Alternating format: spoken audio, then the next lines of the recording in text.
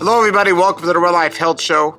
I've been eating a raw vegan diet now for almost 30 years, and some people find it hard to believe, and I almost find it hard to believe, but it's what I'm doing. And the reason why I find it hard to believe is when I was a teenager, the last thing I thought was I'd be changing my diet so drastically, but an illness definitely can be a motivator, and I got sick when I was in my teens, and I decided to listen to the doctors, and everything they told me wasn't working. It wasn't helping me. I wasn't getting better. I was getting worse.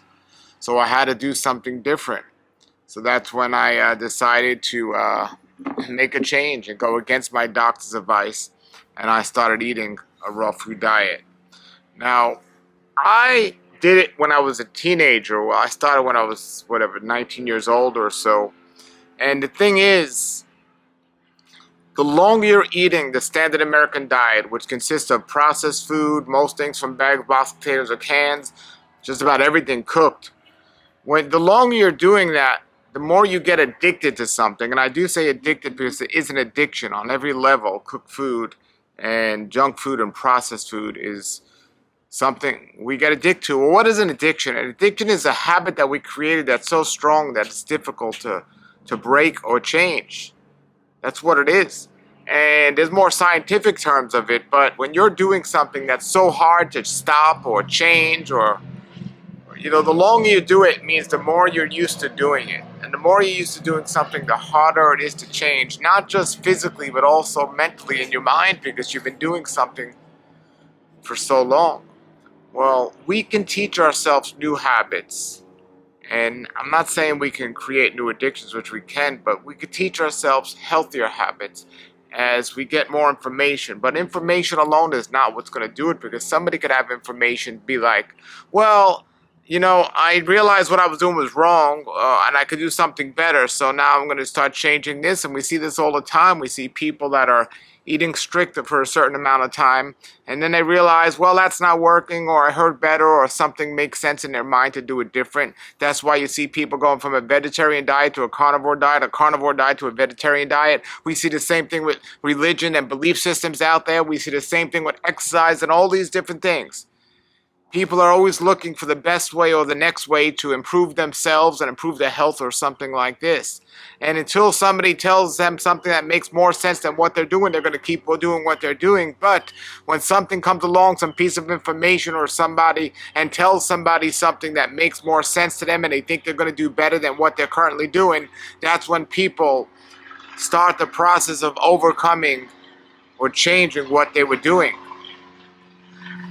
And it's quite, planes are up there, it's quite powerful how drive or motivation can have us to change even a habit or addiction, sometimes overnight. We have this phrase called, I changed cold turkey and all this stuff, but we look at something like smoking cigarettes. It's not always that simple, because somebody could smoke cigarettes for a long time, and then when they find out it's bad for them, there are some people that have the personality type that will completely stop immediately, but there are other type of people, even though they're given a diagnosis of lung cancer or something else, they'll continue to smoke and do these things because the addiction's so hard to break. How much drive does somebody have to want to change and want to overcome and want to eat a different way and live a different way? And one of the keys I found that's be successful at life is to be able to get knowledge and obtain knowledge that's going to benefit your life, but then being able to act on it and change it.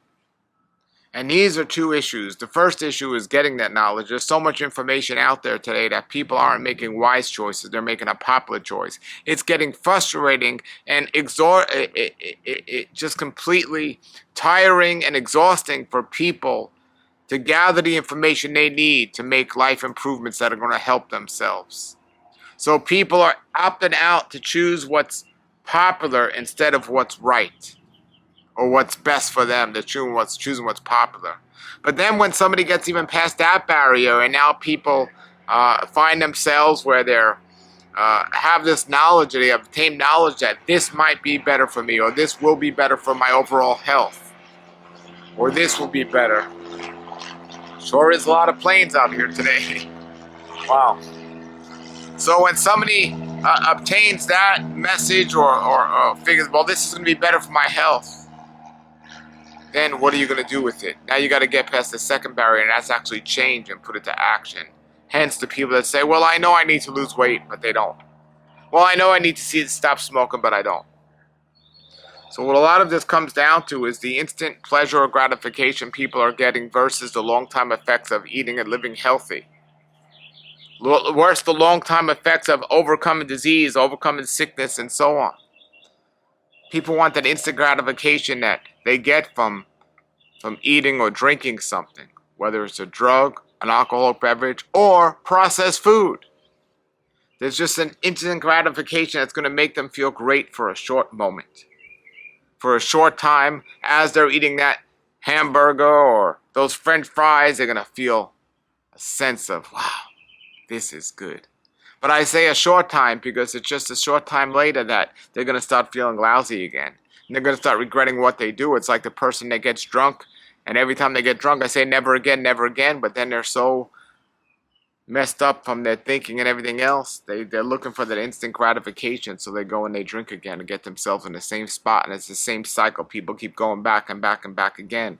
Same thing with food. People are like, I know I got to lose weight. I know I got to eat healthier. I know I'm sick because of what I'm eating. But then they get those feelings of the instant gratification that they desire, so they go right back to eating that stuff. And it's a sad thing that somebody could know what's bad and still do it. I say the only thing worse than knowing knowing something is the only thing worse than not knowing something is bad for you and not doing it is knowing something that's bad for you and not doing it. And that's the problem many of us find ourselves in. Knowing something is bad and still not doing anything about it is far worse than not knowing something is bad and not doing anything about it. So people are almost like scared to obtain knowledge, because what are they going to do with that knowledge? Now they got to do something. Well, you would think they got to do something, but they choose not to. Somebody told me a long time ago when I switched over to eating healthy, they said, would you rather eat something for the 10 minutes you're eating it or 15 minutes you're eating it that tastes amazing and feel terrible all day? Or would you rather eat something for those 10 or 15 minutes that doesn't taste as good but feel great for the whole day? Well, sadly, most people make the choice to eat something that tastes great and feel terrible.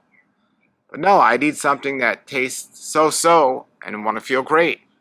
Well, now the question is, well, what about eating something that tastes amazing, the best thing you've ever had, and still feel great? And that's what I found out, that eating as healthy as possible is going to bring you and give you.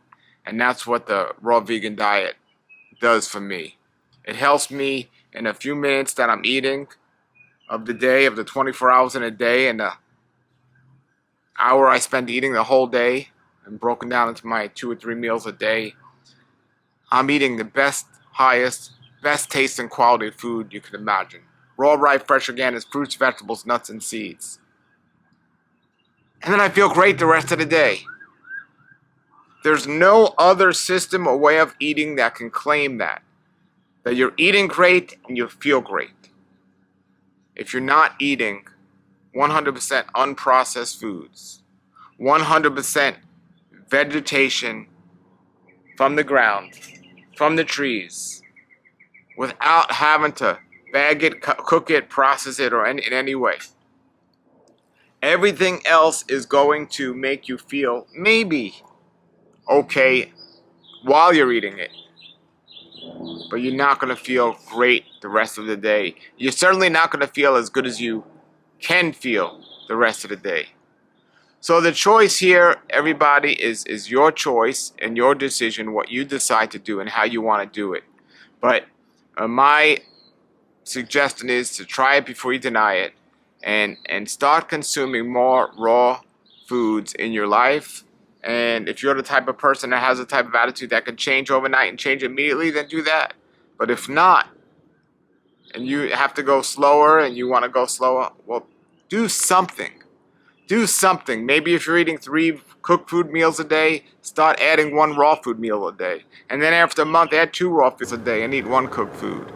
Slowly but surely, do something to move in the right direction and change your lifestyle. As I said when I started this video, I would be the last person I would have thought that would have made such a drastic change in his diet and lifestyle. And if you ask any of my friends I grew up with, they would tell you the same thing. But I did it, and I feel so blessed by it, and you will be too.